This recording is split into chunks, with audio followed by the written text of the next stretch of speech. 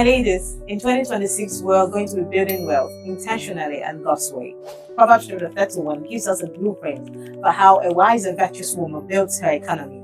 We see her relationship with her family, we see her relationship with her community, her relationship with herself, and most importantly, our relationship with her finance. And today, and for the whole of January, we're going to be exploring her relationship with her finance. I will be giving you 8 points that I derived from Proverbs chapter 31 from verse 10 to the end on how the Proverbs 31 woman built her wealth and her economy. But before I give you those points, I'd like to state something that you must have structure and priority if you are going to be productive in 2026. You must have structure and priority because structure keeps you from being overwhelmed, from being frustrated, from being angry due to stress, and keeps your internal energy in the right condition for productivity. So you have to think peace before you think productivity. You cannot be productive in an environment of chaos. So if your internal energy is chaotic, it reflects in your physical environment. Everything becomes chaotic, and in anger, in frustration, you cannot be productive. So rest. Like I would always say, rest. But then let us move to our 8 points on how the Proverbs 31 wife built her economy. Number 1, she builds wealth intentionally, not accidentally. She doesn't jump on the next trend. She doesn't jump on, oh, what is raining now? Oh, this woman sells this, so I should sell this. Or this woman is into this business, I should go into this business. Oh, I heard that this sells, I should probably do it. No, she builds wealth intentionally. And this is where God comes in, and this is where structure comes in. If you have structure and you have your intimate time with God, God tells you, or God shows you, or God gives you a nudge in your spirit what to do at what time. The Bible says that you will hear a voice behind you saying, this is the way, walk in it. All right. So the Proverbs 31 woman built a wealth intentionally. Proverbs 31 verse 8, the A part says, she perceives that our merchandise is good. She perceives. So she understands value. She knows what sells. She's not chasing hype. She evaluates profit versus effort. She perceives that her merchandise is good. So she looks at what she wants to go into and she perceives that it is good, or she deduces that, oh, this should work. And she's like, okay, this should work or this should not work. She perceives that what she's going into is good. What are you perceiving about that business you're doing? What are you perceiving about that venture you want to go into? What are you perceiving about that sales you want to make? Is it good? You should ask yourself, is this yielding profit or am I just keeping busy? Number 2, she creates her own economy. This was beyond buying and selling for the Proverbs 31 woman. She creates her own economy. We'll see that in verse 16, it says she considers a field and buys it. From her profits, she plants a vineyard. So it spreads. She just kept spreading. All right. She sees a field and she considers this will be good and buys it. And then from the profits, she plants a vineyard. She was building long-term investments. She was making long-term investments. She wasn't just considering, oh, what should I eat in this moment? She was building an economy for herself. Are you thinking of just this moment, or are you thinking future? Are you thinking expansion? Are you thinking going out of your comfort zone? Are you thinking daring to do other things that are not very comfortable for you? Okay, she's not financially passive. She wants assets and reinvest returns. So now I wrote down at some points, I said, aim for ownership, not just income. When someone asks me, oh, what's the fastest way to make money? I would say, get a job that pays you salary. You know, it's structured. It's easy. You work, you are paid, right? But the Proverbs 31, that's just a way to make money. That's not a way to build wealth. The Proverbs 31 woman recognized that it's not just about buying and selling. It's about building wealth that lasts, building an economy that will sustain her for a longer period of time. Now, I wrote down also, think assets, think land, think skills, think businesses, think investments, think gold instead of weeds. We'll talk about that in one of our coming shows. You know, think of what gives you value, what gives back value in return, what makes profit for you, what multiplies your money first before you think of any other thing. So think assets instead of liabilities. Reinvest profits instead of consuming everything you earn. This is very important. And this is another place that structure comes in. Now you want to do a business. Let's say you're starting from almost nothing, but somehow you're able to raise capital. You already know what works for you presently, structure in your life presently. You know from where you're able to get money to feed. You know from where you're able to get money to pay little bills. Now, it is not from the money, the capital, or the profit you make from this little capital you get that you start diverging into things like, oh, I want to feed myself. Oh, I want to pay bills. Oh, I want to get these things. Oh, I want to get that thing. No, reinvest your profit. That was what the Proverbs 31 woman did. They said from a profit, she planted a vineyard. Okay, this is generational thinking. Reinvest. Do not eat everything. Reinvest.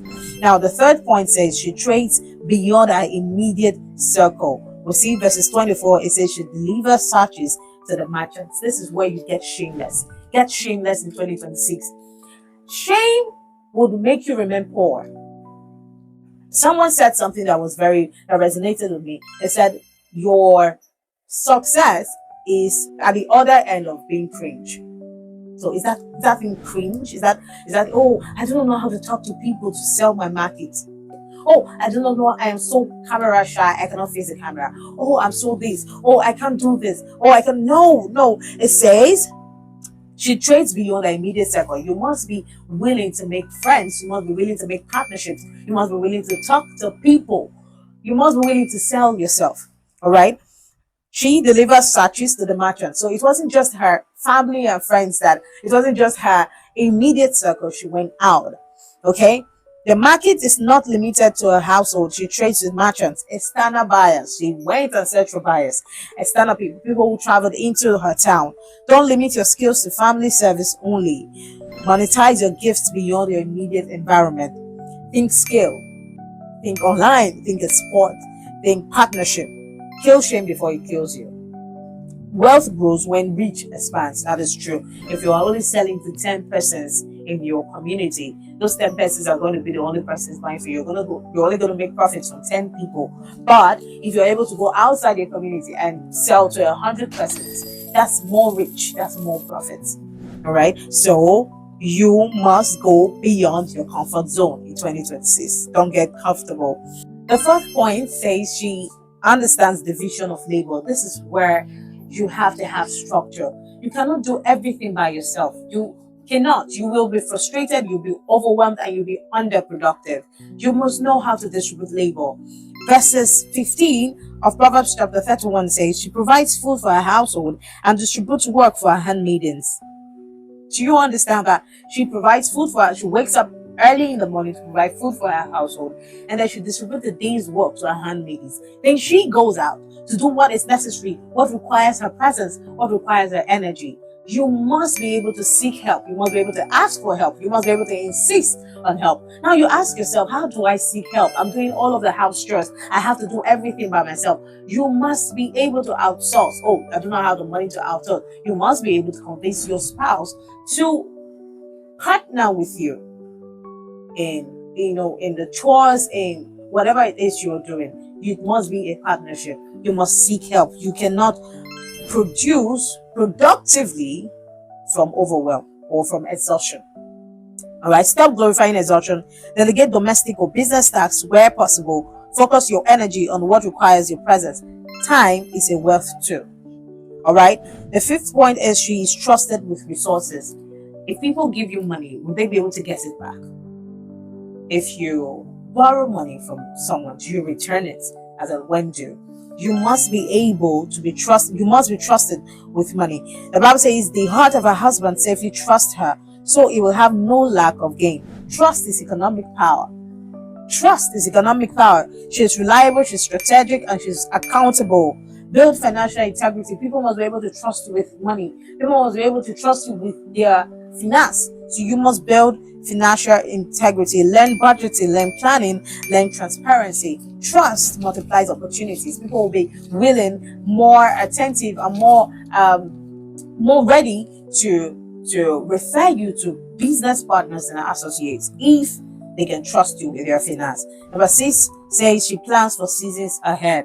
This is one of my favorite, verse 21. It's one of my favorite verses. She's not afraid of the snow for her household, for all her household are clothed with scarlet. She She already plans for the seasons ahead. This can be reflected in emergency funds, in insurance, and long-term planning, in savings before luxury. Wealth is secured in foresight.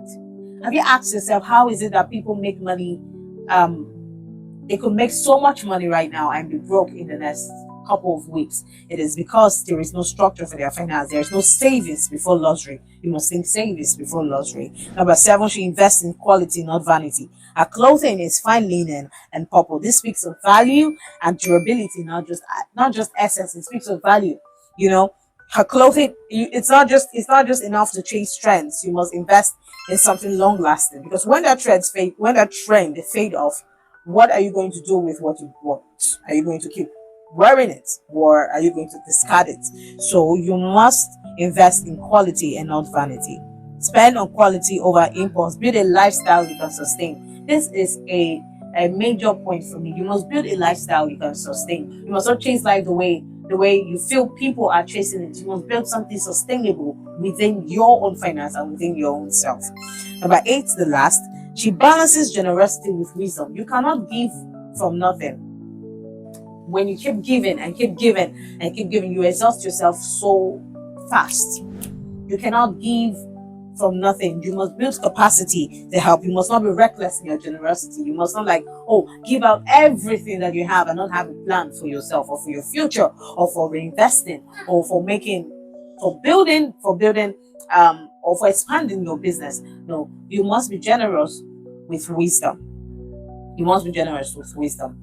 All right. So now, having made all these 8 points, we see that I would urge you to go back to Proverbs 31 from verse 10 and read it slowly, this time carefully, and ask the Lord to expand your understanding, to know the tricks that are behind this verse. This is just me trying to explain to you what I deduced, what I derived from the verses in Proverbs chapter 31. Now, in subsequent videos, I am going to be giving you some practical businesses that you could go into as a Nigerian woman, as an African woman, even in the global scale, businesses that you can go into online and offline, physical and virtual, that can help you scale your finance and your finance in 2026.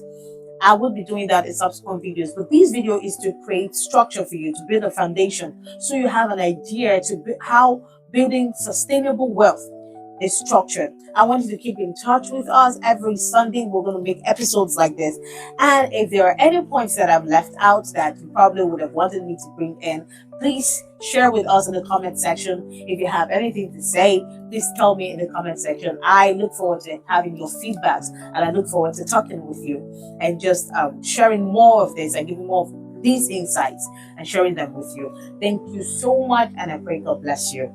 Bye-bye.